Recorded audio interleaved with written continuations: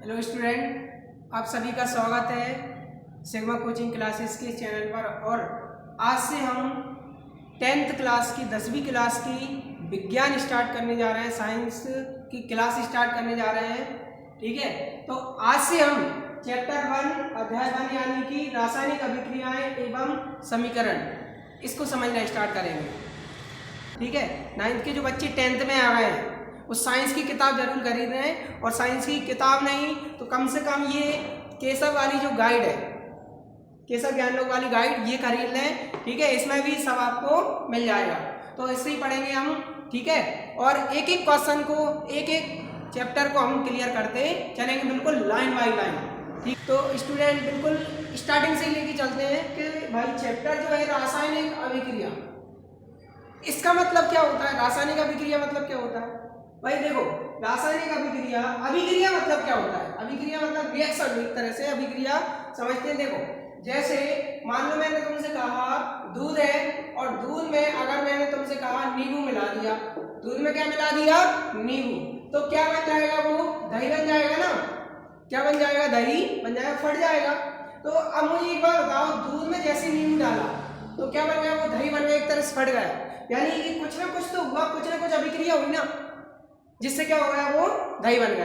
यानी दो चीजों को मिलाने पर एक अन्य चीज बन जाती है, तो उसे क्या बोलते हैं अपन? रिएक्शन या अभिक्रिया कहते हैं।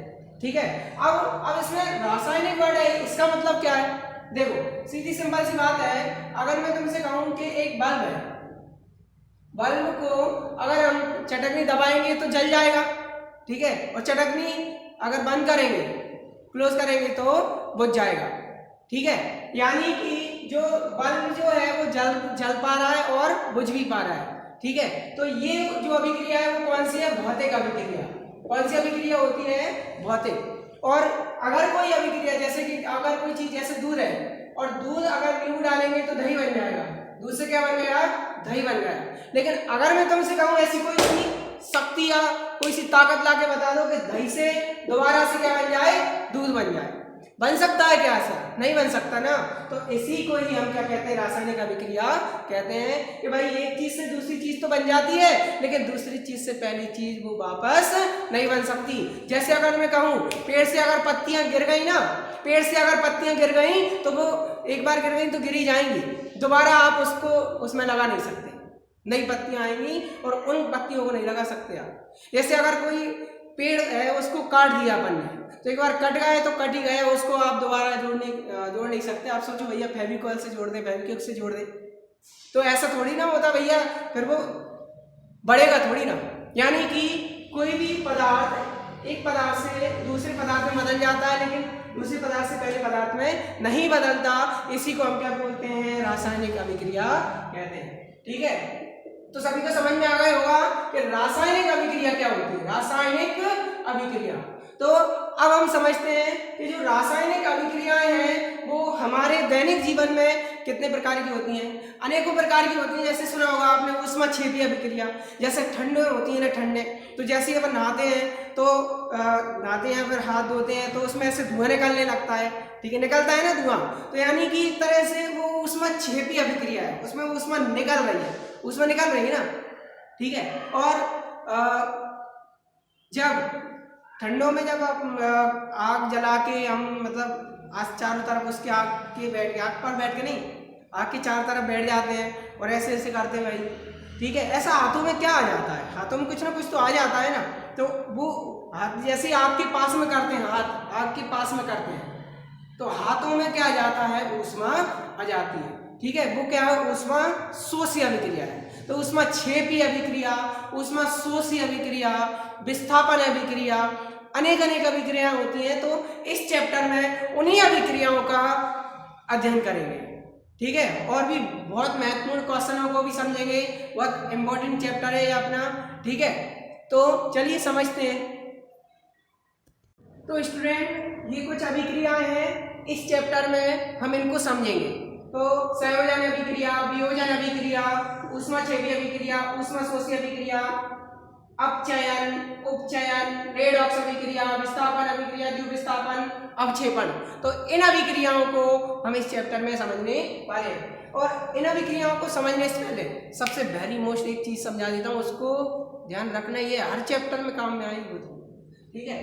तो जैसे अभी मैंने थोड़ा देर पहले समझाया था कि अगर दूध है और दूध में अगर हम क्या मिलाएंगे, नींबू मिलाएंगे, दूध में अगर हम नींबू मिलाएंगे तो क्या बन जाएगा, वो दही बन जाएगा, ठीक है। तो अब मैं यहाँ पे अगर बोलूँ कि जो दूध है वो क्या है, अभिकारक। दूध को क्या बोलते हैं विज्ञान में, अभिकारक। याद रख पाओगे सभी, दूध को क्या बोलेंगे, अभिकारक, और दही को क्या बोलेंगे, उत्पाद। क्योंकि देखो अभिकारक का मतलब कि ये अभिक्रिया कर रहा है, ठीक है, अभिक्रिया कर रहा है, तो तीर के इधर वालों को क्या बोलते हैं, अभिकारक, और तीर के उधर वालों को क्या बोलते हैं, उत्पाद। सभी को याद रह पाएगा या नहीं रह पाएगा, रह पाएगा ना, ठीक है। तो तीर के इधर वाले अभिकारक और तीर के उधर वाले उत्पाद, ठीक है।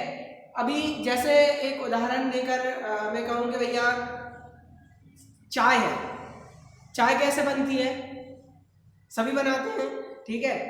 तो चाय में भैया पानी रखते हैं, दूध डालते हैं, शक्कर डालते हैं, चाय पत्ती डालते हैं, फिर गैस में भी रखना पड़ती है उसे, तो सभी को मिक्स करके क्या बन जाती है, चाय बन जाती है। तो अगर मैं यहाँ पे पूछूं कि यहाँ पे अभिकारक क्या क्या है, तो भाई जो जो अपन डालते हैं बाहर से, जैसे चाय पत्ती, शक्कर, दूध, अदरक, ये सब अभिकारक है, और इन सभी को मिलाकर क्या बन रहा है, चाय बन रही है। तो चाय क्या है, उत्पाद है। अभिकारक क्या होता है, जो जो अपन सामान मिला रहा है वो क्या है, अभिकारक, और जो बन रहा है वो क्या है, उत्पाद। सभी को समझ में आ गया, अभिकारक और उत्पाद, अभिकारक और उत्पाद, ठीक है। इधर वाला क्या होता है, अभिकारक, और इधर वाला क्या होता है, उत्पाद। एक और नाम बता देता हूँ, इसको हम क्रियाकारक भी बोलते हैं।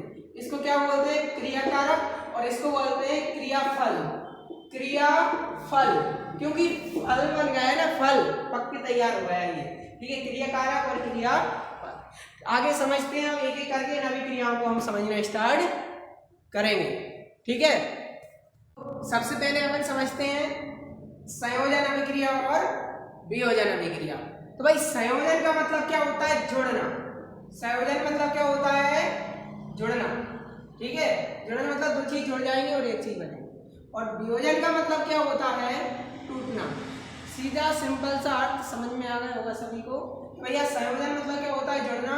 तो वह रासायनिक अभिक्रिया, कौन सी रासायनिक अभिक्रिया, वह रासायनिक अभिक्रिया जिसमें दो या दो से अधिक, मतलब दो पदार्थ हों या तीन, जैसे अपन ने चाय बनाते हैं तो शक्कर, चाय पत्ती, दूध सब मिक्स हो जाते हैं, दो या दो से अधिक पदार्थ मिलकर एक पदार्थ चाय बना देते हैं। वैसे वह रासायनिक अभिक्रिया जिसमें दो या दो से अधिक